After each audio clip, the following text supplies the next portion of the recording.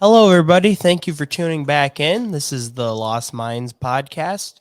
We're doing another episode in the two-party system movement, and today we're talking about the leaked documents that came out from the Supreme Court, talking about overturning Roe v. Wade, which is a huge deal, and everybody is, freaking out about it accordingly because it's a very important piece of legislation. And yeah, we're here to talk about the significance and why both parties are at fault and where to go from here. My name is Anthony, and I'm here with Emily. Thank you, And Emily. we're off camera today because we are not in a great spot to be on camera. So that is true. Sorry in advance, but that's that. Better than having we are in a great spot to just be talking. Yeah. Better than having awful camera quality. Yes, ma'am. And I guess just right off the bat, what's your reaction as a woman? I think you and others' opinions are a little bit more important than some others. Yeah, as a woman who doesn't want children, it's definitely a little bit scary. Just in the sense of like it could affect me personally if I ever did get pregnant and would want to get an abortion. It would be something that could impact me. And also Michigan is a very likely state that if Roe v. Wade was overturned would ban abortion. So yeah, it's definitely a scary thing. But also even for myself, know that I'm also in a lot of areas of privilege where I have the ability to possibly travel to another state for an abortion. I could have the ability to I do have health insurance at this point. It's not great. I mean, it's private health insurance, but I have health insurance, whereas a lot of women do not. And this will definitely affect, working class and poor women of color, mostly people of color, because this isn't just something that affects women. Abortion affects a lot of people, a lot of different populations of people. And from what I've heard, this situation would also impact interracial marriage and a lot of other things, just because it's a basically it's not just about abortion. It's about banning rights to certain bodily autonomy. So that would include a lot of other things, including same-sex marriage and interracial marriage and things like that. Yeah, is what I've seen. I can pull up some videos of it as we go on the episode and do a little bit more research on it. Wait, who's president right now? Is it Trump? Is Trump president? We need to get Trump out of office. Like it, doesn't we need to get Trump and these goddamn Republicans out of office. Yeah. Oh wait.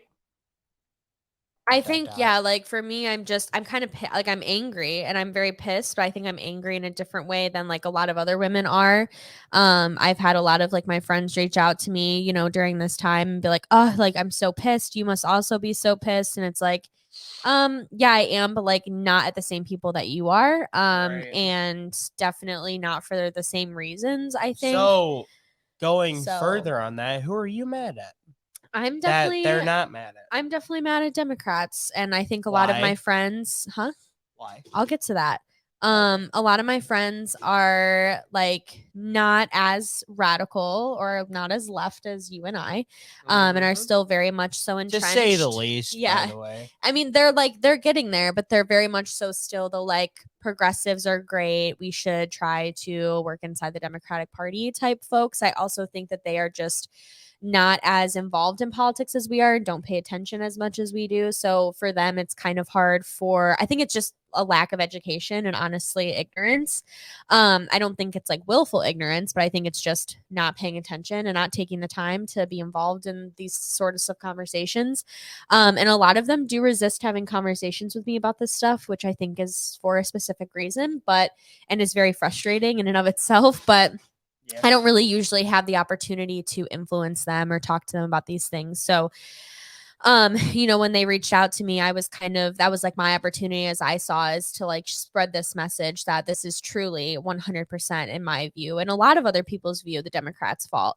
And, they were obviously pissed at Scotus. They were pissed at, conservatives and Republicans and just the idea of like folks who are anti-choice in general, which is like definitely something to be angry about. And I don't think that that's necessarily wrong, because those are people that are actively fighting against, your right to choose and your right to have bodily autonomy. But at the same time, for me, I feel like it's more of a betrayal to say that you're going to protect me, to promise me that you're going to protect me and my rights, and other people's rights, and then to not do so. You know what I mean? So for me, that's the biggest betrayal. I'm angry that things haven't been done about it. And I've been saying, I think me and you were talking about this like a few months ago. I almost remember like last year in the summer, we for some reason had this conversation about abortion or something of it was during a lot of other things that like the squad was doing, where it was like we used that as an example of, that maybe it was during that the Scotus pick, the last Scotus pick that we had. And we were all talking about the fact that if it was going to be a conservative, oh my gosh, abortion was going to be, such a big issue. And even during like Joe Biden, and Donald Trump in the general election, that was a conversation we had as well, where it was like people would bring up abortion a lot, and we would talk about the fact that like we wouldn't have to worry about that if Democrats just did their job, and they've had multiple opportunities to do so.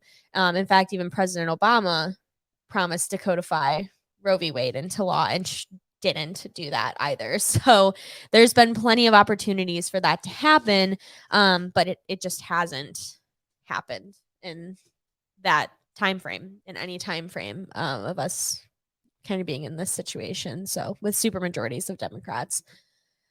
But yeah, that's where I'm at. I mean, I'm definitely scared, but like I said, I don't expect anything of this country. I don't expect anything of the Democrats. I don't expect them to be fighting for me.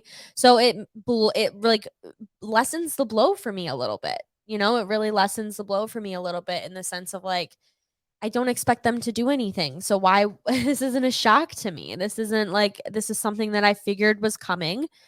And now I'm seeing and knowing that like I'm not going to be protected. And that's just how it is. And I'm kind of in this space now where in general in this country with politics, where it's just like I'm tired of putting so much of my emotional energy into this when I'm just going to be let down and put down and burnt out over and over again. Like I do still care, but it's different than, putting so much expectation and like, you know what I mean? And so much hope. I don't put hope into politicians or this government anymore. So I put hope in other people. I put hope in my fellow organizers and the people that are on the same wavelength as me. So, yeah.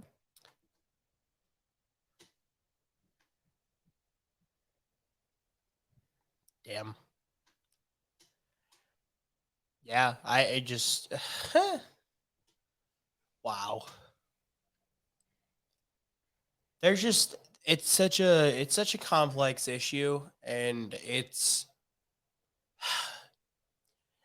at the end of the day it does seem like it's being used as kind of a wedge issue. It is to drive the midterm elections, which are conveniently like 5 or 6 months from now. Yeah. And I'm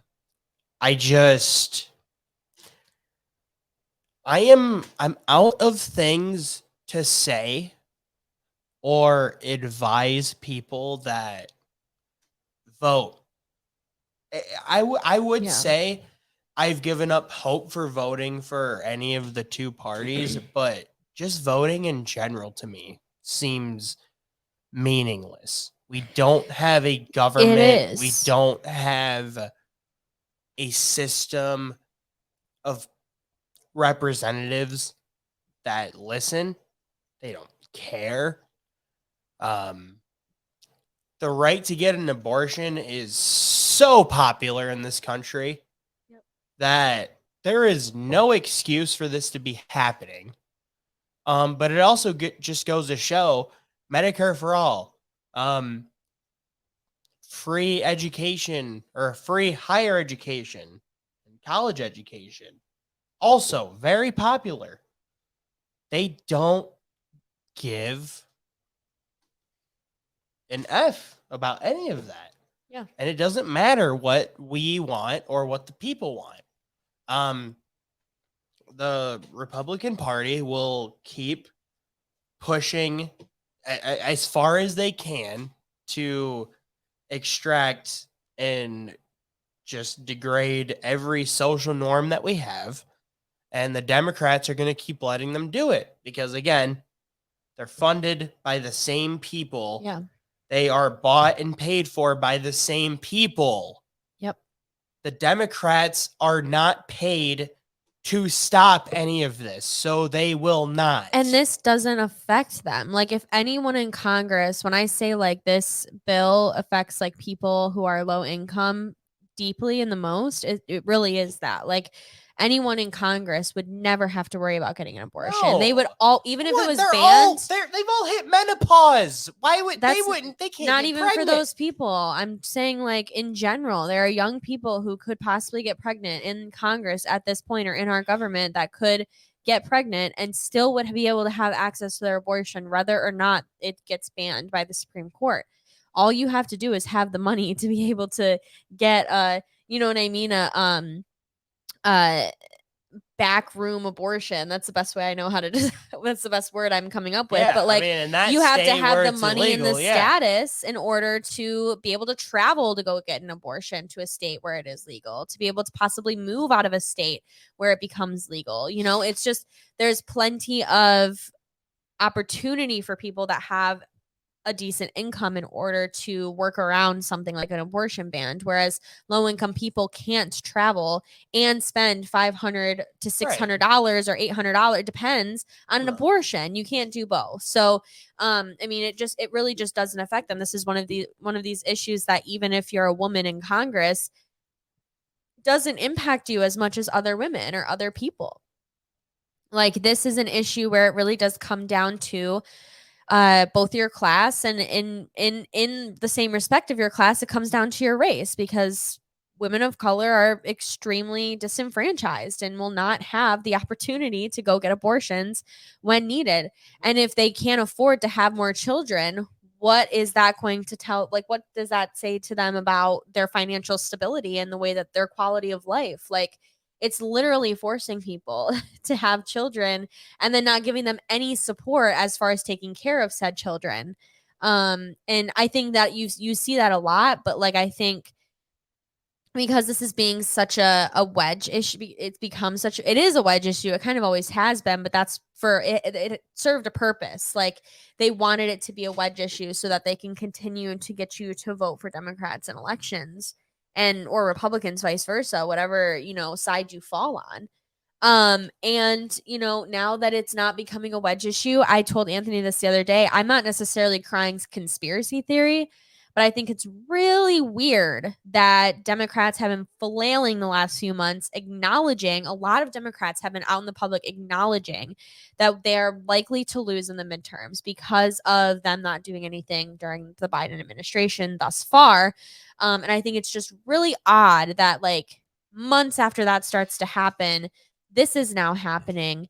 And at the same time, you have like Nancy Pelosi and Chuck Schumer coming out and saying, like, and blaming Republicans specifically, but then not acknowledging what they're going to do to stop it. Right. So, like, they're not offering a solution. The only person I've seen offer a solution is, like, you know, I've seen the Squad and I've seen some progressives like say we need to codify Roe, but also have not seen any action from them either on doing such thing. You know, they've just been tweeting about it, which doesn't mean anything. It doesn't solve this issue. So it's not a conspiracy. I'm not crying conspiracy about it, but I am saying it's extremely weird that this is now going to be the issue that they use to force people to get out to the polls in November for Democrats. And they've already started to do it. I've already seen tweets and people. I've already gotten some of the emails as well, because I'm still like, I just don't pay attention and I don't go through my email and delete it. But you'll get the text messages, you'll get calls from Our Revolution. I mean, like, I literally saw a tweet the other day that said it's literally been 2 days since the Scotus leak came out, and I've already gotten 8 emails from Democratic organizations, from either the Democratic Party itself or Democratic organizations asking me for money.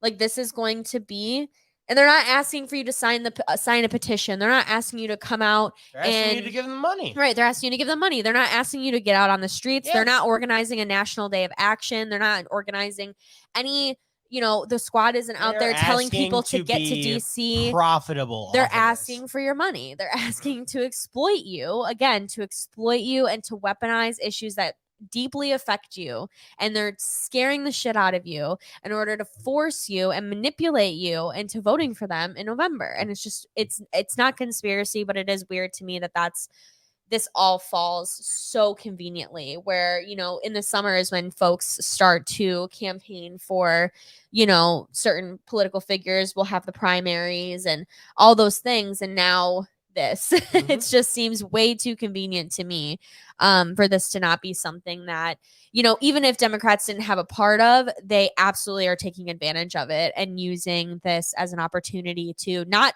do anything about reproductive rights or bodily autonomy legislation and precedent, but actively exploiting you and your money, and you're weaponizing the issues that impact you the most. Right.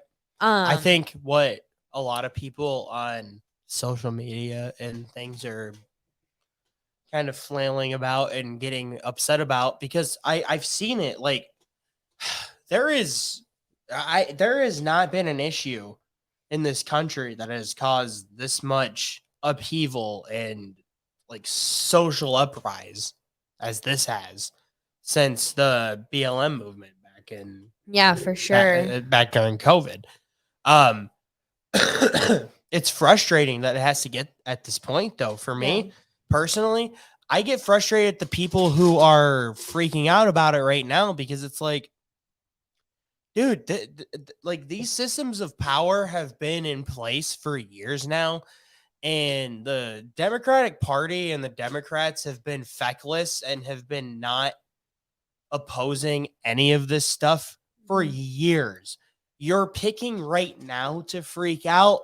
I don't care about your opinion. I don't care what you have to say. And it's very shut up. It's very like telling to me of how like certain identities that people hold impact how they see the world. Like, to me, it is very exciting. It's like exciting in a way that like this is happening, and it is forcing people, many people who are still subscribing to the Democratic Party. I actually am surprised about how many people are coming out and saying, like, I'm actually pissed at Democrats for this. I think that there are a certain amount of people who understand that it is their fault for not doing anything. I think there will always be those liberals who make excuses for them. But like the people that are coming out and saying this, it's like, this is what got you to fucking leave the Democratic Party. Right. This is what got you. It wasn't them expanding the police state and sicking Capitol Police, who they increase the budget for on brown people, on Native people coming to the Capitol. Bodily autonomy being attacked. Right. It's not like all the imperialism. It's not all the imperialism that they've put through in the sense that Biden came into office. It's not all of these different things that affect other people. It's just as if it affects me. Just if it affects the majority of white women. Like, honestly, I want to say that, like, pretty clearly. I mean, that's what it seems like to me. It's like, okay, it affects white women now, and so now white women are totally okay with stepping out of the Democratic Party. It's like, how telling is that to you? And then you have this right after, I guess during still, but since the Ukraine and Russia situation, it's like all white people are doing is throwing their arms up about Ukraine and Russia, but like completely dismissing Syria and all these other places, all these other black and brown countries that we've absolutely destroyed with our imperialism and our colonialism, but like will not acknowledge that until it's something that affects people that look like them, or unless it affects them directly. So to me, it's like bittersweet, I guess. Like, I'm glad that people are seeing the inadequacies of the Democratic Party, but at the same time, why did it take this to get you to realize that? Like, why did it take this to do the thing? I personally think it's because, okay, so ever since Biden took over and Trump was gone, it was almost like the younger generation, and I'm including ourselves, it was kind of like there was this expectation of like, okay, we're keeping an eye on everybody else, like the older generation. Like, do you guys actually care about anything? Or was this all because Trump got elected and you just lost your minds because of whatever personal reason? And they were almost like, no, we didn't do that. But now we're going to, like, it seems like now they're almost like a counter to us for caring about this stuff. And they're almost just like, oh, yeah, like, we just started paying attention to this stuff, but we don't know how to deal with it because we've never paid attention to it in our entire lives. We only did it because you guys started putting our feet to the fire and caring about it and blah, blah, blah. But Well, now one it's thing almost like they're the ones flailing because they don't know how to deal with a society that is completely crumbled in front of them. And we're the ones who have seen that the entire time. I mean, yeah, when it comes to like older people, because I have another comment back to like people waking up now finally and like how telling that is. But like, I think the thing with older people too is like, and I've noticed this in my organizing spaces, is like they're willing to shit on you for what you're not doing or what like they don't agree with of what you're doing. They're not willing to help. So they'll be like, I don't like this idea that you have, or I don't like the way that you're doing this. How about this idea? And they'll throw an idea at you, but then like won't offer to help you do the thing, even though they're retired, have all the time in the world to like actually organize and do things, but they'll just criticize us for everything that we do and then sit back at home and watch Rachel Maddow all day. And it's like, yeah. Like, you know what I mean? So I think that's the thing with like older people that really frustrate me is I know very few older people who are actually genuinely involved and like are down for the cause and are actually saying like, we want to follow your lead. Like you're the young people, you're the next generation. We want to follow your lead. Let me know what I can do to help support you. And I think we have a lot less of that now. But also like back to the idea of like people waking up from the Democratic Party. Like I told you this the other day too, that there was a TikTok that I saw of this girl who was like, we need to general strike for abortion. We need to general strike for Roe v. Wade. And it's like, yes, general strike. Let's start talking about general strikes. But also, why did it take Roe v. Wade for you to want to do a general strike? Why is that the issue that is like, you're like, oh yeah, we should definitely be striking our workplaces. It's not Starbucks unions. It's not the workers' rights situations there. It's not Amazon. It's not the great resignation that we're seeing across the country of people quitting their jobs and not accepting crumbs anymore from their workplaces.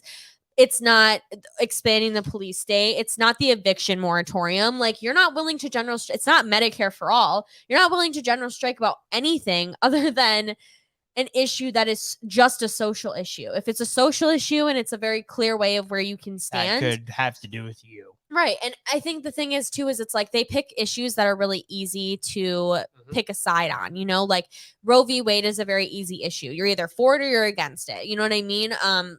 You can't be new, and I think that's the way of a lot of issues, but I think other people see like things like the eviction moratorium as like, well, they're doing something, they're trying something, you know, like they're willing to like fold on that a little bit. Same with Medicare for all. Well, we have people in Congress that support Medicare for all. You know, if we have Roe v. Wade, it's like it's it or it's not. You know what I mean? So I think people are too they're using easy issues to like do things like general strikes. And maybe that's a good thing.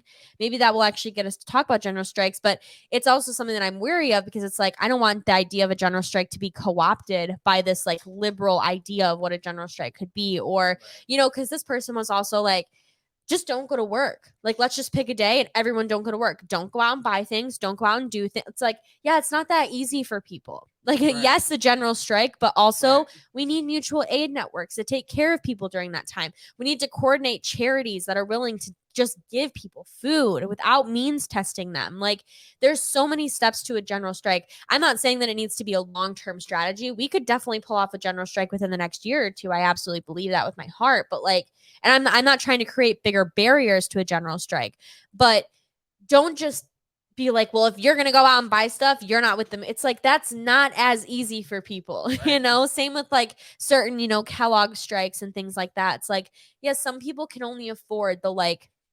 $1.99 box of cereal. You know, it's not as easy for some people to participate in those things, which is why we need infrastructure in place to make that possible for people.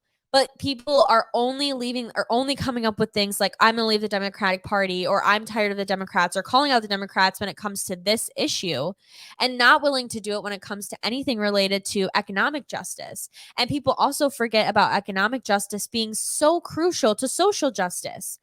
Social problems are created from economic instability. That is just a fucking fact. I used to be much more invested when I was like my little social justice warrior self back when I was a freshman in college. I used to be super invested in social issues and, you know, issues that were very easy to take a side on, you know, LGBTQ rights, racism, things like that. And I think a lot of liberals are still stuck in that. But like, you have to understand that a lot of social issues come from economic instability, and you can't talk about social issues without talking about economic issues, and vice versa. You can't do it without either one of them. But for some reason, folks are so willing to throw down when it comes to abortion or something easy or something that doesn't affect them, or something that does affect them rather than something that doesn't affect them, something that's a little bit more of an abstract idea, something that is too sad. To be quite honest, like, I feel like people talking about evictions and, you know, people dying from not having health care is like, people are like, oh, that's so, like, that's too heavy. We're not going to talk about that. Let's talk about abortion. It's like, because it's easy to make a sign about abortion. It's easy to, you know what I mean? To be up in arms about abortion. It's easy to be like, it's also let's get out in the street. It's also an easier argument to make. Yeah, which is, if you don't want to have a kid, you shouldn't be forced to have a kid. Right, exactly. Which anybody can sense. come up with. So it's easy for them to get up in arms about it. It's not easy for them to argue why somebody who can't afford to pay rent shouldn't be evicted from their apartment or their place of living and be forced to be homeless. That also tells that's a hard argument to make. That also tells you how entrenched even liberals are, and even even some leftists are in capitalism still, because that mindset is such a individualistic mindset. It's like, even lefties who are like, I'm fuck capitalism, eat the rich, all these different things. It's like, yeah, you can't really say that if you're going to practice and embody individualism in your own self. Like, all of these ideas that we talk about have to stem from your own redefining of who you are as a person. Like, as a person, you have to be compassionate. You have to basically live the values that you want to see in the world. That has to start with you, and then you start to embody that and emulate that into the world in other ways. And so I think it's telling that, like, it's not just conservatives. It's not just, you know, Republicans. It's not just even liberals. There are a lot of leftists out there who are still deeply embodying capitalism in their everyday language and the conversations that they have and the ways that they think about strategy.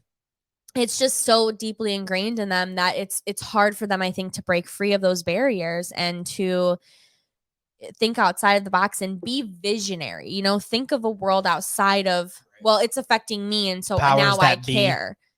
You know, so I don't know. I think that it's definitely, it's telling to me, even of leftists right now, that they really don't give a shit about anything, and like are still very much so okay with embodying the ideals and principles of capitalism. And that can't happen if you're a leftist. You cannot be a leftist. I'm sorry. You cannot be a leftist. You cannot call yourself a leftist if you're going to actively embody the ideals of capitalism, which is why it's so dangerous for us to accept. Like, especially right now.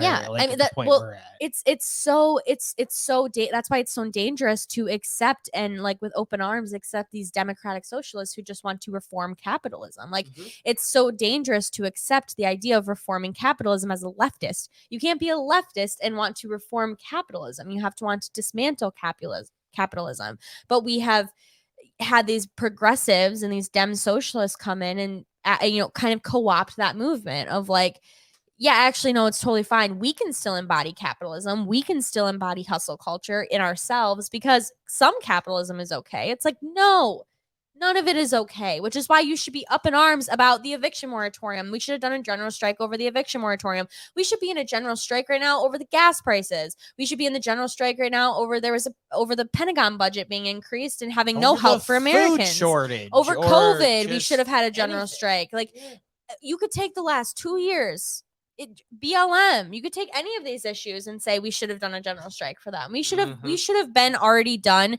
Any other 5 to 6 society, general any strikes other by now. society in the civilized world would have done it. France literally gets out on the street. They light themselves on fire when the gas prices go up. They get out on the street every Saturday. That is the thing, that every single Saturday they are out on the street, and every Sunday they come together for their weekly meeting and they figure out what they're going to do the next Saturday. They don't think about the long term. Oh, we have to wait until this. We have to wait until this. We have to wait until this. They're like, no, we're going to get on the street next week because it matters now, not 10 years from now, right? So like, we just have to get in this mindset of like, and I hope that this wakes people up. I guess I'm being maybe a little cynical and a little hopeless. I hope that people see general strikes as not only being a tool for things like abortion rights, but also start to use it and like leave the Democratic Party over things that maybe don't affect them as much. I'm scared that people who are already entrenched in party politics and tribalism are just going to be like, well, the Republicans have been setting up for this because Trump got to appoint this many judges and blah, blah, blah. It's actually Democrats your fault. Voted those judges in. They're going to point the finger back at us and be like, it's your fault for not caring more back then to keep Trump out of office. And they have. Blah, blah, blah. And they have. And I want to talk about that. I also just want to point out the fact that it maybe not even with Scotus, but with these like other judges in different districts that Trump was nominating in, Dems were voting for that. Even Bernie Sanders voted for some of those judges to be in. Like, Dems don't give a shit about any of that. Bernie voted to fast track a vote on a bunch of circuit judges. I mean, yeah. That's kind of where we're at. Circuit court judges. It was a lot of them too. Yes, it was quite a bit. Trump ended up getting a lot. He was involved in voting to bypass the vote for them for a vacation, so that Congress could go on Christmas, be adjourned, right? Yeah, something like that. Yep. So stop pointing the finger at me. Like, seriously, I don't have any power. I don't have any money. If I could, I would block all of this from happening. But guess what, dude? I don't. And so shut up. We do have power, but we don't have the direct power in order to like sign on the dotted line, to make these things happen. But we need to identify the power that we do have and then activate that in a way that isn't like complicated. Just get out there and do the thing. It doesn't have to be complicated. It doesn't have to be something that we need to like even argue about. Like, if you're principled about dismantling capitalism, get out on the street or do what you can do from your house if you're able to be involved in this movement in the ways that make it accessible and make it a bit available for people. Like, that's just where we're at this point. But you kind of brought up like the resistance from some Dems and liberals about, Bernie Sanders voters and Susan Sarandon. And that's always something that comes up during these arguments and situations, especially with Supreme Court elections and nominations and things, is like the left not supporting Hillary Clinton and not supporting Joe Biden and not doing enough and whatever. So I found a interesting video. I haven't watched the whole thing. I just watched the beginning of it from The Hill. They're like just a source that I go to recently I know they'll have a video out. So, but yeah, if you want to, we can react to this and listen to it, react to it. And then I have some tweets that I'd like to show and also a article that I'd like to talk a little bit about, just get some healthcare or some abortion worker perspectives on the Democratic Party. And I will leave the article below. But it has some really good quotes from like people who are abortion workers and like talking about the Dems in involvement with this situation. So I want to bring that up as well. And then we'll go from there. But let's go ahead and watch this video first and just, talk about what they're saying here. And and then we'll go from there on some other stuff. Okay.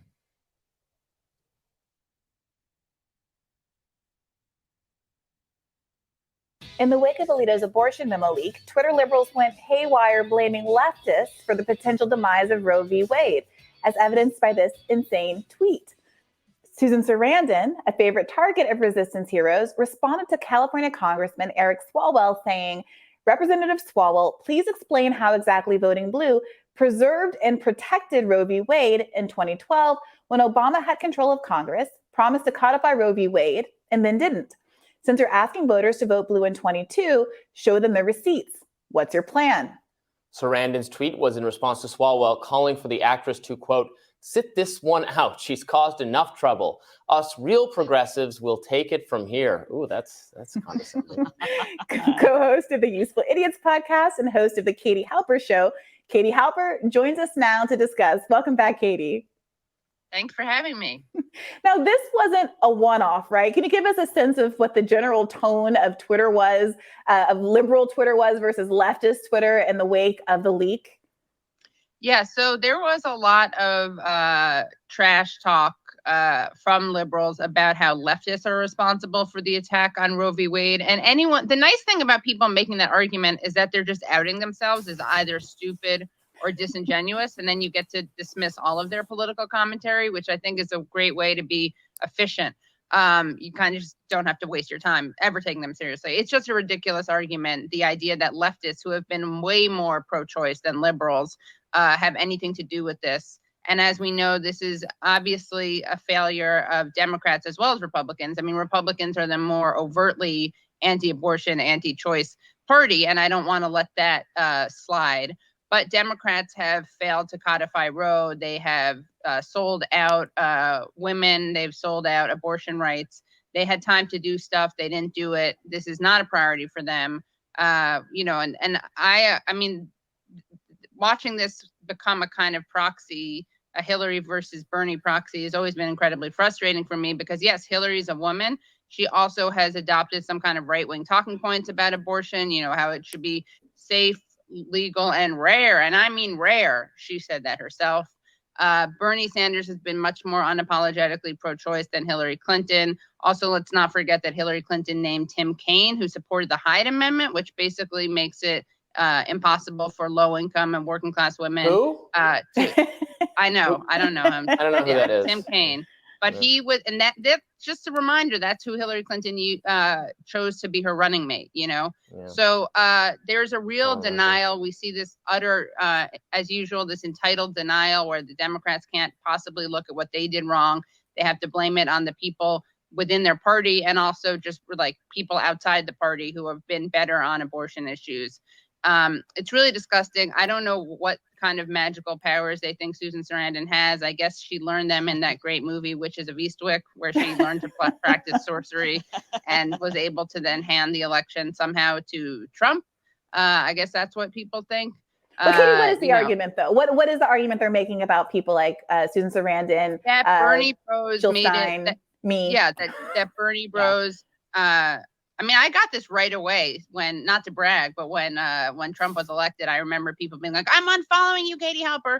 But obviously, this is where people think activism resides, on Twitter. I'm like, okay, wow, you're unfollowing me. The world is going to now change. But people think the argument is that somehow it wasn't having an incredibly unpopular nominee. It wasn't the fact that she, say, didn't go to Wisconsin. Somehow Putin, I think, made her not go to Wisconsin. He told Wisconsin to shut its borders or something.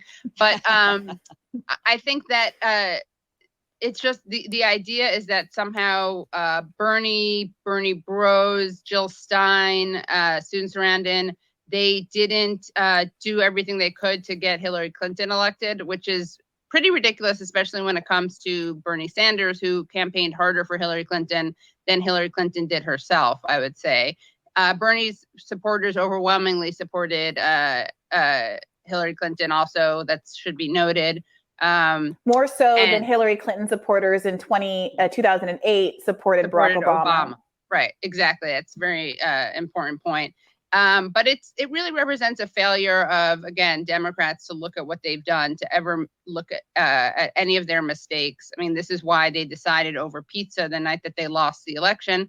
that Hillary lost, they decided over pizza to just blame Russia. So they have to blame sources that have nothing to do with their own decisions, which is really offensive, because if they actually cared about abortion rights and in a way that they cared about it as an issue as opposed to just a fundraising pitch, they would, of course, look at what they had done wrong so that they could try to take power.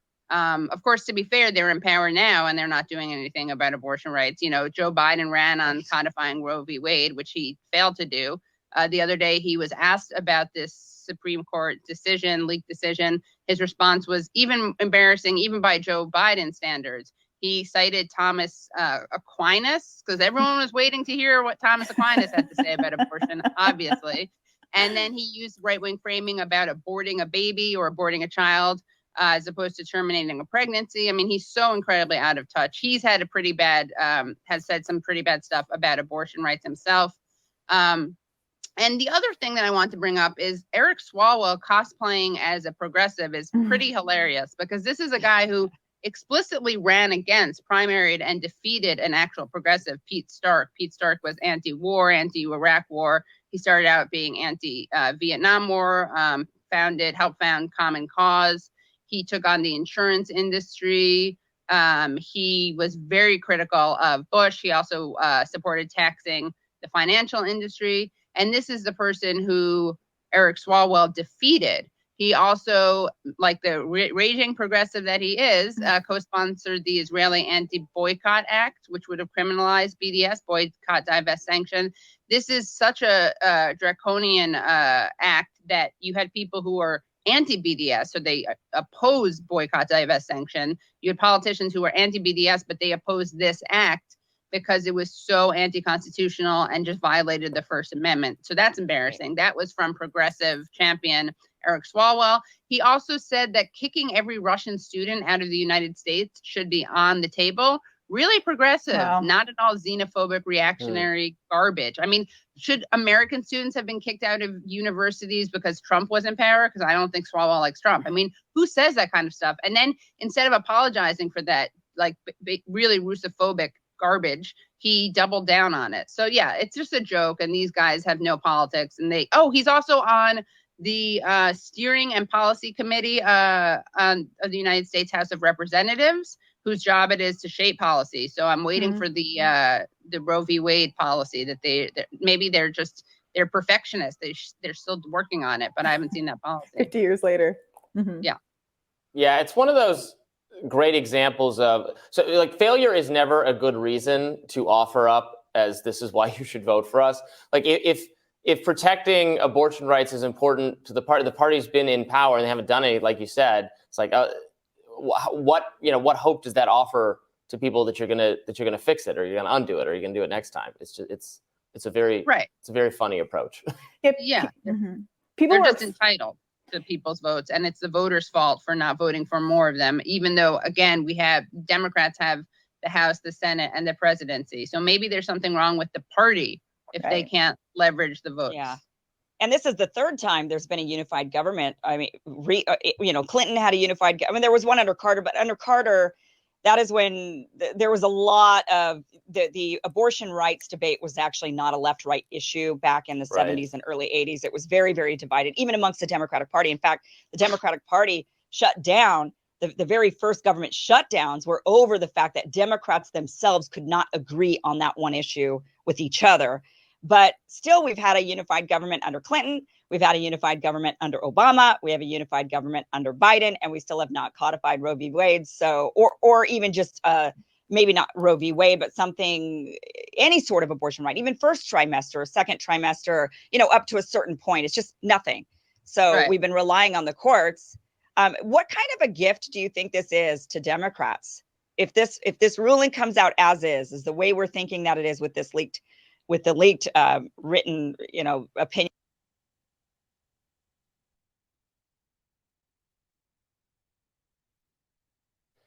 Okay, so I stopped it there just because I don't really care what Katie Halper thinks about that, to be quite honest. I think that was the gist of the video that I wanted to mention. I think that one of the things that, Katie talked about it a very tad bit, other than the fact that liberals blaming leftists for not voting for Hillary Clinton and have this is our fault in general. Is just the idea that I think they and like the Hill and people that are involved in the Hill and just, these because let's be frank, Katie Halper and even Bree Joy Gray are like very invested still in getting progressive Democrats in the Democratic Party. Yeah. Right. So it seems like they're a little unwilling to just come right out and be clear about the fact that like you don't owe politicians anything. You don't owe candidates anything. You don't owe them your vote. You don't owe them your support. You don't owe them shit. They have to earn that from you. And I know she talked about it a little bit of like, oh, it's the voters' fault. And, it doesn't make any sense. But at the same time, I think that I wish that they would be a little bit more clear and, about that. Like, we don't owe politicians anything. It's not our job to, vote for them regardless of what's going on. It's also not your job to vote for them for a single issue for a single reason. Right. So a lot of people when Trump was running in 2016 had told me like, folks that I had gone to college with, was in the same dorm room as, were telling me I'm voting for Trump simply because he's anti-abortion. And it's like, not a good reason to vote for someone. Like that's it. Just voting for someone on a single issue is not a good reason. So not only do you, not have to you don't owe them your vote in general, you also shouldn't vote for someone just strictly because they're pro-abortion. Like people shouldn't be just voting for Democrats because the alternative is that we don't have people who are pro-abortion. I think now we're seeing that Democrats are also not very anti-abortion, but also, that's what people say. That's what people have. There's a precedent, I guess, and an understanding that Democrats generally are pro-choice. Well, I think people need to understand that whole ultra conservative, right wing, like uber religious bullshit that you think or that you stereotype the Republican Party as, a lot of Democrats are like that too. Yeah. Joe Biden's like that. Yeah, Joe I was gonna Biden say has like been anti-abortion since the 70s and 80s. Yeah, I was gonna motherfucker. say I have a quote pulled up. It says, this is from Joe Biden. I think Roe v. Wade went too far. I don't think that a woman has the sole right to say what should happen with her Does body. it say Ted Bundy or Joe Biden? It does. The caption does. but like, and even Katie Halper like talks about this too as like, oh, well, or it wasn't Katie Halper, it was Kim Iverson, where she was just like, oh yeah, even in the Carter administration, like abortion was a very contested issue in the Carter administration. It's like, okay, well, that's just one other example of how this party is deeply rooted in like conservative ideals and extremely right-wing ideals. This is not a left-wing party and never was. We did the episode on that for imperialism and we brought up that article, and this is just extremely fitting for this as well. Like that's just one example for you why they can't be reformed, especially since there are still folks in that party that were involved in these administrations. You can't reform a party that is deeply corrupted. These people had dinners with people like Sheldon Adelson, who looks like a horribly like decrepit human being that I don't even know what to say about him. You're really going to expect those people to go out in public and be like, oh yeah, a woman should have the right to choose, blah, blah, blah, blah, blah. No, like, yeah. And then you all have in to, the same tent. Yeah, dude. Absolutely. It's the same thing as the police. Like they're so deeply corrupted. They cannot be reformed. We've tried to reform it. We have a decent amount of progressives in Congress. We've tried, guys. It's not working. We need to let it go and spend our time doing something else. We don't have all the time in the world to try to get more Democrats into office, progressive Dems into office. We don't have the option for that. And I think people are saying that more and more as things like this happen. And I think this is like, I have predicted this, that like we are going to see a bunch of social and governmental upheaval in the next few years, that like people are not going to be able to make the argument any longer for supporting the two-party system.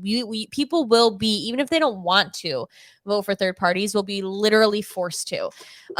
It's going to come to that point. I don't even think that it's something that we have to work super hard at, because I think it's just going to happen organically. I mean, we're already seeing that. And then also just to mention, I've had conversations with you about this, but they touched a little bit about, who supports what in each administration, and if this is a contested issue. And we now see, you know, AOC even coming out and talking about Kirsten Sinema not supporting the legislation that they had. I think I liked something about that on Twitter too. Sinema refuses to act on the filibuster. So she called out Kirsten Sinema a few days ago about not supporting the end of the filibuster, which would help them codify Roe v. Wade into law or get some abortion bill. But like that doesn't really matter. And I've had conversations with you about the difference between like policy and politics. And this is such an important thing that I think people need to understand and really recognize is like there is a difference between people being not supporting a policy and using your politics in order to force them to do something that you want, right? So like, yeah, maybe Kirsten Sinema or Joe Manchin don't support Medicare for all. Okay, literally threaten their jobs, literally primary them with progressives. That also should have been done like 6 years ago. Right, that's what I mean though, is like Kirsten Sinema, if that's different. if Democrats really cared about these issues and actually wanted these things to happen, they could easily, primary them and put progressives into office. All of that money, that is the reason why progressives has such a hard time making it through the Democratic Party, is that they are paying for people like Joe Manchin to be in office. They want them there.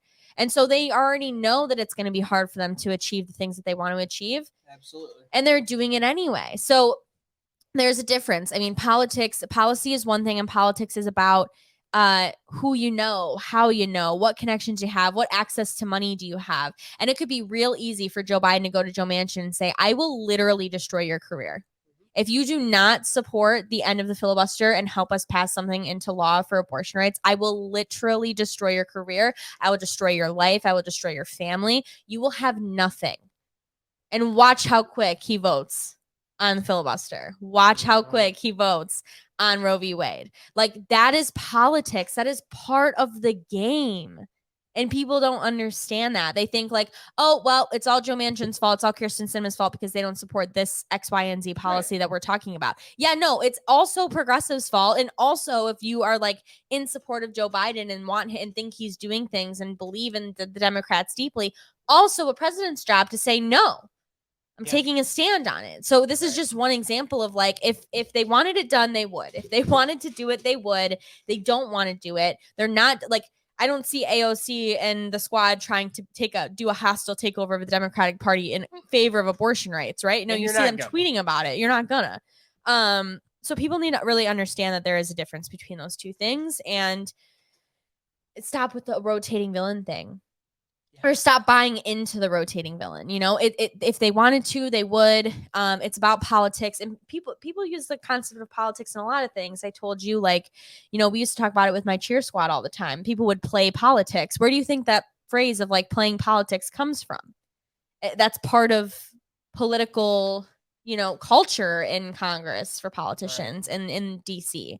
It's part of the game. It's part of the job. It's what you signed up for when you were elected. It's not your job when you were elected was not to sit there, look pretty, and act nice to people. Your job is to get in there, get your hands dirty, make some enemies, not really make many friends, especially if you're a progressive or you're claiming you're a leftist. You're not going to make friends. So if you're making friends, that's a red flag to me. And so, yeah, I just think people need to really recognize how they're being duped in that way. Like, there are two different things, and we want our politicians to support policy, but sometimes you have to force and use politics in order to have people support policy. It's just how it is. Like, sometimes threats are needed. Sometimes there's a little bit of hardball that needs to be played, tough love that needs to be played. AOC should have threatened Kirsten Sinema like that from day one. And Joe Biden could. If Joe Biden's going to claim that, they should also be doing the same thing. Yeah. It is. Especially the president. Yeah, absolutely. You are literally you run the DNC. You run the DNC. I mean, you got the big dick practically. In the room. Like, there's no way. And just point your finger at anybody and be like, hey, if you don't support what I'm doing, I'm going to primary you and we're going to get you out. And you're done. There was that article even about like there was $280 million or $1 billion or something that went into progressives being elected since 2018 or something. There's been so much money. It's like, why aren't progressives putting together that money in order to help someone primary? Like, even you saw with Nina Turner. what was it? AOC didn't endorse Nina Turner until the night before the election. So what are she even doing to help? What are they even doing to help progress? If that's what they truly believe, if they think that progress comes and change is going to come from electing more progressives into the Democratic Party, why aren't they doing that way ahead of time, being out there to campaign for these progressive candidates, to get these people out, to help bolster that? They're not, because they don't care, because it's all part of the game to them. They're literally have bought into the game. So yeah, there's a difference between policy and politics, and we all need to remember that when we're talking about, when they're bringing up things like, oh, well, some members of the Democratic Party don't support this. It literally doesn't matter. It's not our job to make friends with them. It's not our job to convince them of anything. It's your job as a politician to say, I will literally destroy your career. I will have tens of thousands of people out on your doorstep tonight. Watch me, because they have that power. How many followers do they have on Twitter? If I had that many followers on Twitter and I had that much influence, oh my God, we'd be at every single politician's house every night making a ruckus. We'd be causing havoc for these people. Mm-hmm. So it's all about what their willingness is to do something, and we need to remember that. But do you have any other comments on that video? No. It's crazy. And you know, the leftists couldn't do anything more than what we're already doing. I mean, at least leftists of like us, like the new left, there's nothing more that we can be doing at this point. Like, I think like blaming lefties who are part of the old left is a little bit fitting to me. You know, it's like, you asked for this, actually. Even people like Katie Halper and, you know, some folks that are on the Hill, like, you literally asked for this. I guess my only comment would be that hopefully this is what makes ordinary people who participate in the political system, hopefully it makes them question, like, hey, maybe it doesn't matter. Yeah, absolutely. I think it does. I really think, I hope it does. Doesn't matter. Maybe putting power into these people actually really doesn't affect my life at all. I hope it does, but I think great. Those people, if they do that, like people that are exiting the Democratic Party right now because of this issue, I think we still have to be very wary of accepting them into our movement, because those are the people who, again, are not principled on their issues. Well, they're only doing something. And you're right, because those people, like, I genuinely question people's sanity when it came out, the video that came out about Joe Biden wanting to privatize Social Security. He literally said it in an interview on Fox News. And I'm just sitting here, I'm like, how can anybody over the age of 40 who claims to be a Democrat support that? That is just like, Social Security is one of those things that is ingrained into the foundation of America. The fact that this asshole just said that he's willing to just strip it away and privatize it it should have put him in political purgatory. Yeah. Like, he shouldn't have even gotten close to the presidency, but here we are. And I mean, like, I think that you get what you fucking deserve, I guess, is the joke for sure. saying. I mean, you get, like, that's what I mean, is like, we have to be very vigilant about how we see these people who are going to leave the Democratic Party as a result of this, because, you know, we need to be a movement that is anti-racist, that is very principled on our support for working class people, for poor people. And these people aren't principled on that. They're only doing it so that they can have some edgy, you know, take on abortion, on this issue. So we have to be wary of them. I'm not saying that we shouldn't take the opportunity to educate them and move their thinking, because if they're exiting the Democratic Party, they're just one step closer to where we're at. So we should take advantage of that. We should welcome them into our spaces in the sense of a learning space and helping them grow as a person, but at the same time, and as a political, you know, someone who's involved as an activist. But you know, as far as being letting them into our trusted circles and spaces, probably not, because they're not principled about these issues. So it's just something that we have to be very wary of, especially in an organizing space. If any of us are activists and are working with organizations, you know, it's easy for us to be co-opted, and these are the type of people that do co-opt our movements. So we have to be very wary of that. Yeah, so I wanted to show this article really quick, to just a few quotes. It's a article that talks about Democrats not having a plan to stop the overturning of Roe v. Wade. It's an opinion piece, but really, really, really good. It's pretty long. I did take some time to read it the other day, so I don't remember exactly everything that's in it, but it's a great article. I wanted to just mention a few of the quotes that they have from people. So first they say, obviously the Supreme Court is on the verge of overturning Roe versus Wade. There's no cohesive national campaign at this point for the Democratic Party or any large reproductive rights organizations to fight back. So in this article, they also talk about like Planned Parenthood and these big reproductive rights organizations who are like unapologetically, unconditionally supported Democrats with no expectation of any law being put forward. So Planned Parenthood and these large national organizations have been supporting Democrats with no expectation that they even get, again, like Kim Iverson said, like small reproductive rights things. They've just been doing it as a reactive measure. So they're reacting to different statewide efforts to ban abortion, but are not actually doing anything proactive and are not getting any money. So when you donate to Planned Parenthood, acknowledge that like your money is going to something that is not actually affecting change. It's going to the CEO's pocket. And they're using that to not get you a preventative measure on abortion, but rather reacting to it in certain states. So there's no tie to that money. And it says abortion activists and healthcare workers are becoming increasingly frustrated with this failure and often finding themselves at odds with their supposed advocates as they try to ensure access to abortion in states like Texas and Kentucky, which are already facing extreme limitations. And this is just one of the quotes from a abortion care worker.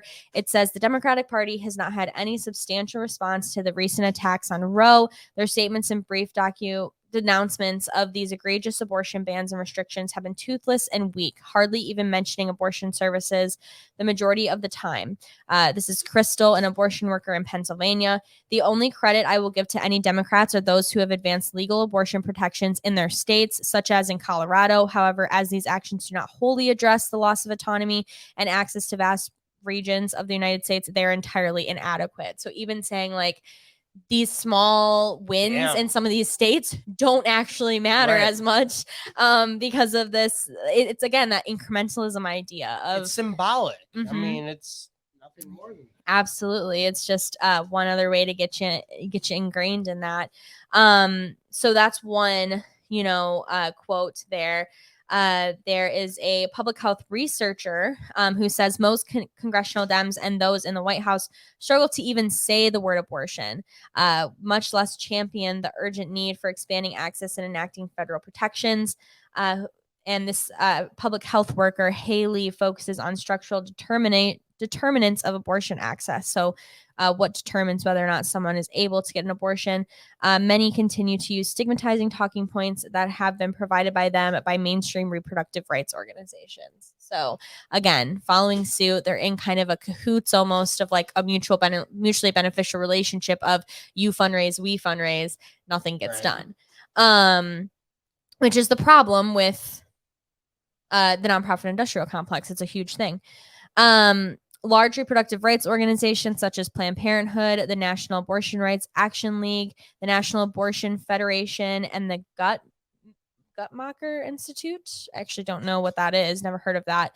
And the National Organization for Women have traditionally had close ties with Democratic establishment and have raised hundreds of millions of dollars over the past 2 decades, while abortion access has steadily been eroded throughout the country.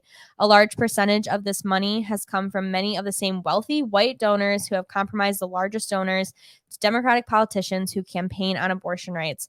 Activists often feel that the needs of the donors are elevated while the material needs of people seeking abortions are ignored.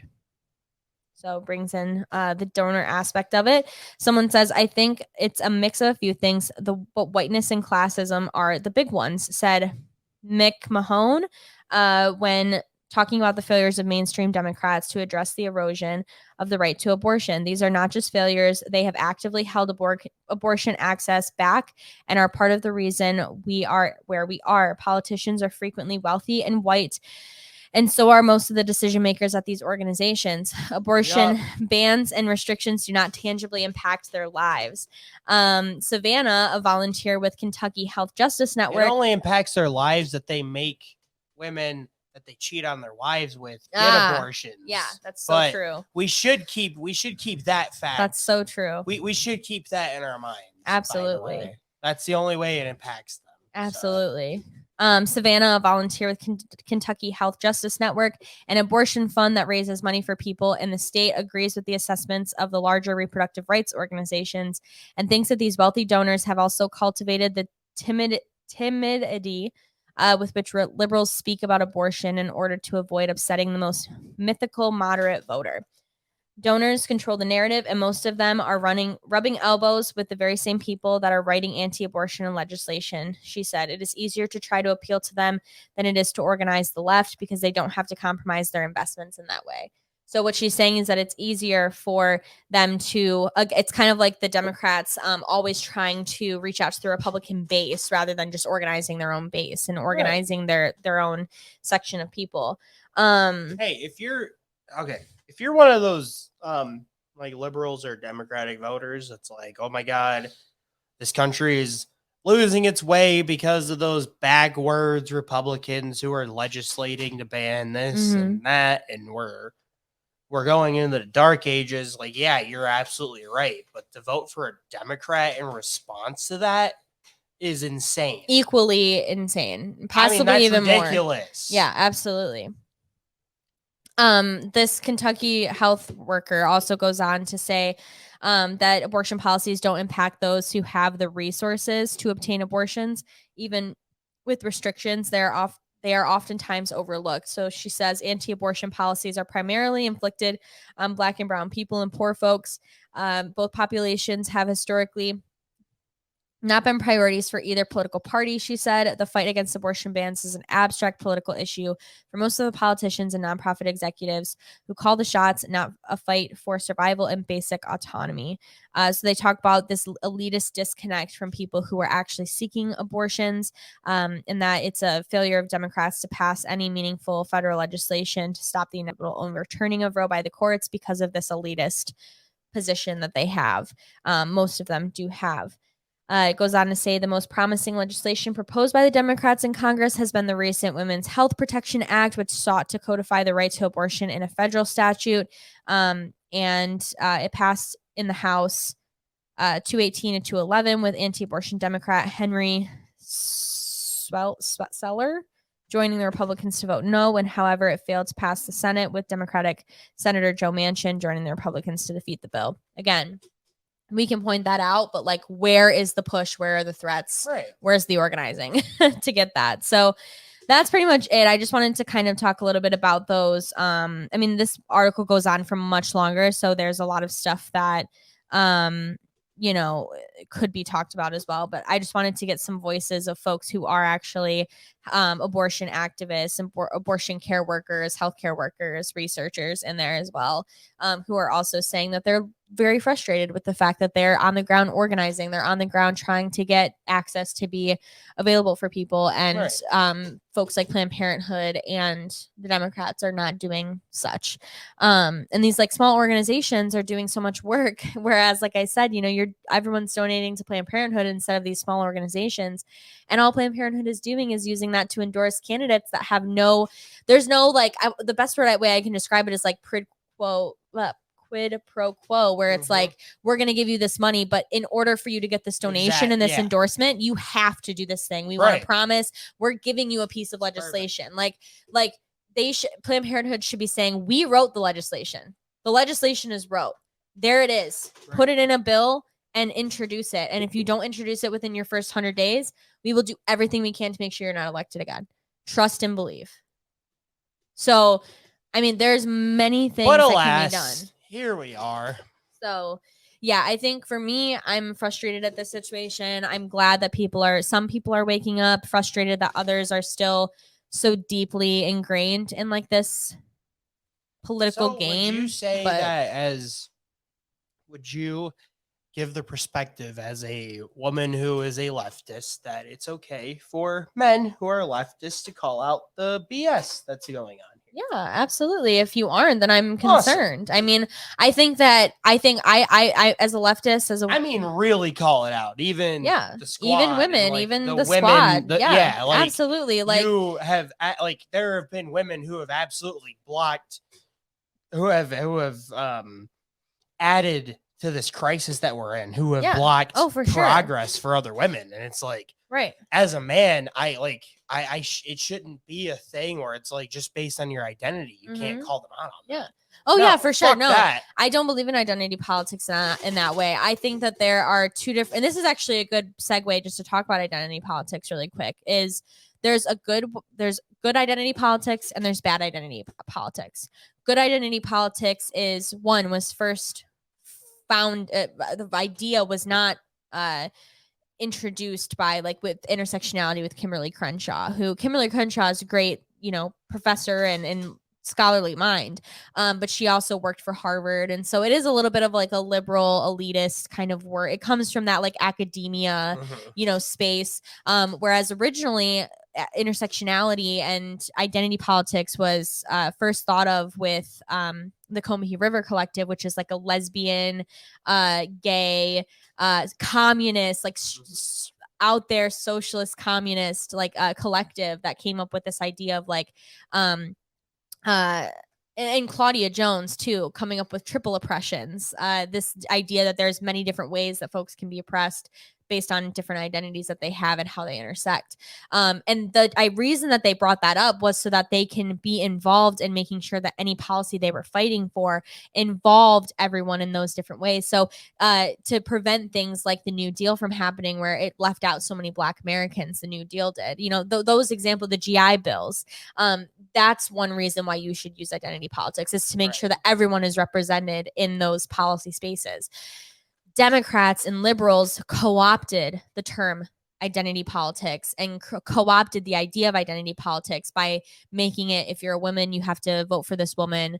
You have to, it doesn't matter what they do, what they say, you have to vote for this person based on your identity. Absolutely. And even they talked about it in the video, like a lot of Hillary Clinton supporters didn't support Hillary Clinton in 2008 when it was Obama. They voted for Obama. So it only works for them when, they have a reason to make you fearful. It only works for them when they have a reason to make you a bad person if you don't do what they want you to do. It's a very manipulative, very abusive attack on people that is used, and it was extremely co-opted. So I'm not a leftist who believes in that form of identity politics, but I do believe in identity politics in the sense of like, listening to people who are on the ground and, obviously be respectful to people in general. You don't have to, not politicians, do whatever you want with politicians, but as leftist men, or, and just if that's who you are and you're not affected by this issue, if you don't have a uterus and you're not affected by this issue, like, stand up and say something.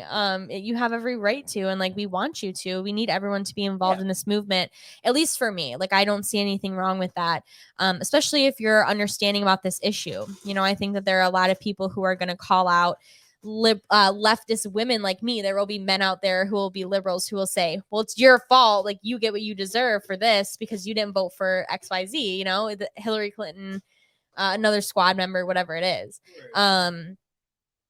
But yeah, call it out if you're educated on this issue, and just hold these politicians' feet to the fire for us, because we need it. Hillary was anti-gay and anti-abortion in the early 2000s. I just want to point that out. I'm so sick of this shit. Seriously. Part of this article that I missed talking about was, they said many Democrats still fall back on the language that Bill Clinton first used in 1996 when he called for making abortion safe, legal, and rare. So, I mean, that meant this article mentions that too. This article was written April 27th. So, I mean, this is something that apparently was kind of known, like talked about pretty openly at that point, preparing for this. Yeah. Yeah, because the leak just happened a few days ago. Mm-hmm. Or maybe this was like right when maybe like they had extra information we didn't know at the time. Maybe they heard about it a little bit before we did. But yeah, I mean, this is something that I think maybe everyone knew about and we just found out about. Oh, so. Look. Okay. They probably updated the article. Yeah. Yeah, I mean, they probably did. But just the fact that this woman wrote the article before that is what I'm saying. Like, obviously tells you something, because she would have had to do so much research. I'm using pronouns as if it's she, her, but they would have had to do so much research to get these quotes from these healthcare workers and these abortion rights workers before this leak came out anyway. So I mean, there must have been something that we didn't know that everyone else knew, you know. So yeah, but just call it out and acknowledge the fact that this is not, I mean, this is the direct result of the two-party system. This is like one issue that they can make a wedge issue for. I think like, because I mean, we talked about this and we didn't actually upload this issue or this episode, but we were talking about the other day about Democrats, or a percentage of workers and folks leaving the Democratic Party because of the child tax credit situation, and how a lot of Republicans are responding to that in a way that is it feels very real to some people. They're saying like, or even Joe Biden laughing at the gas prices and stuff with the White House Correspondents' Dinner. Like, a lot of Republicans are responding to the emotional distress that these actions are causing. And I think it will cause people to go into the Republican Party more. So I think the Republican Party's mindset too behind it is like, we don't really need abortion to be a wedge issue anymore, because before it was like both of them didn't want to pass, or, you know, pass either way. You know, the Republican Party didn't want to pass it to overturn it. The Democrats didn't want to pass anything to codify it into law.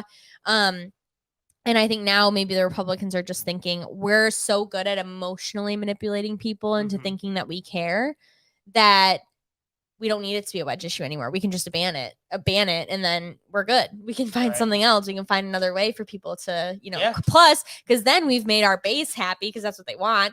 And we're going to appeal emotionally to people who are being screwed over by Joe Biden right now. So we don't need it to be a wedge issue. And Democrats are holding on for dear life because they do need it to be a wedge issue in order to win. So yikes. Yeah. But anyway, do you have anything else to say about this? No, I don't. That was pretty good. I think This we covered is a big most of it. Old friggin' nightmare. And, It is. This country sucks. Absolutely. Yep. This country sucks. Yep. Just one more reason why we And- probably need to have a mutual aid network of doctors who are willing to perform this Absolutely. outside of the government. It's also horrifying that this country is the leader of the free world, free as world. they like to call it. Mm-hmm. Jesus Christ. We should talk about the idea of freedom. Yeah, we should. Yeah, like I said, this country sucks. The world is screwed. I'm sorry, women. Love you.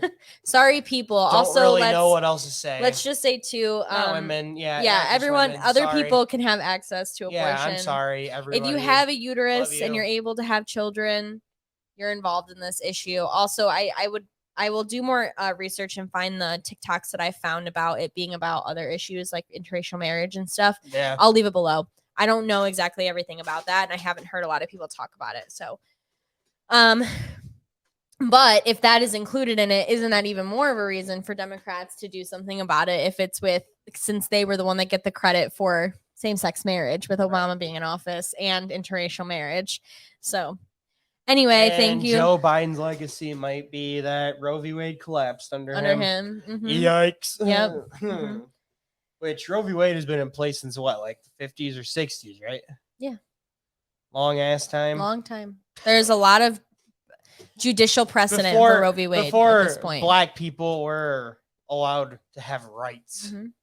Yikes, man. Just one more reason why also we just need to like abolish the Supreme Court, because it doesn't need to be there. No. It's just kind of stupid. It's just a verdict for whether human beings are human beings or not. And it's sick and grotesque, and they're not even elected. Yep. The Constitution isn't even relevant to a lot of like what we deal with today. Proxy. Like to use this for this like body who isn't elected, right? To be using the it's like the Constitution isn't even relevant in half of situations today. It needs to be ratified. But even then, it's like, yeah, you guys are unelected leaders. You don't have the right to like. It's just it's weird because it's like the Supreme Court can be used for good. It can also be used for awful things like this. So Absolutely. we need to probably, if we are going to have a Supreme Court, we absolutely should elect them at the very least. But we should probably just get rid of it in general because, yeah. All right. Well, thank you all so much for tuning in today. I will leave Yes, all the thank you. links and all the things that we talked about below so y'all can check them out. Definitely look into that article and share it around to your friends and folks who might still be a little wrong on this issue. And yeah, we will see y'all next week at some point. We're kind of like doing a Monday, Tuesday uploading thing, just kind of whenever it happens, but we'll see y'all next week. Make sure you check out the links below to see our mutual aid resources, and also to follow us on our own channel on YouTube as well. And yeah, don't forget to like, subscribe, and check out And the Two Party System as an organization. I know we're looking for volunteers at this point too. So if you're interested in volunteering with And the Two Party System, check out the links that I have below. And yeah, we'll see y'all next time. Thank you. Thank you so much.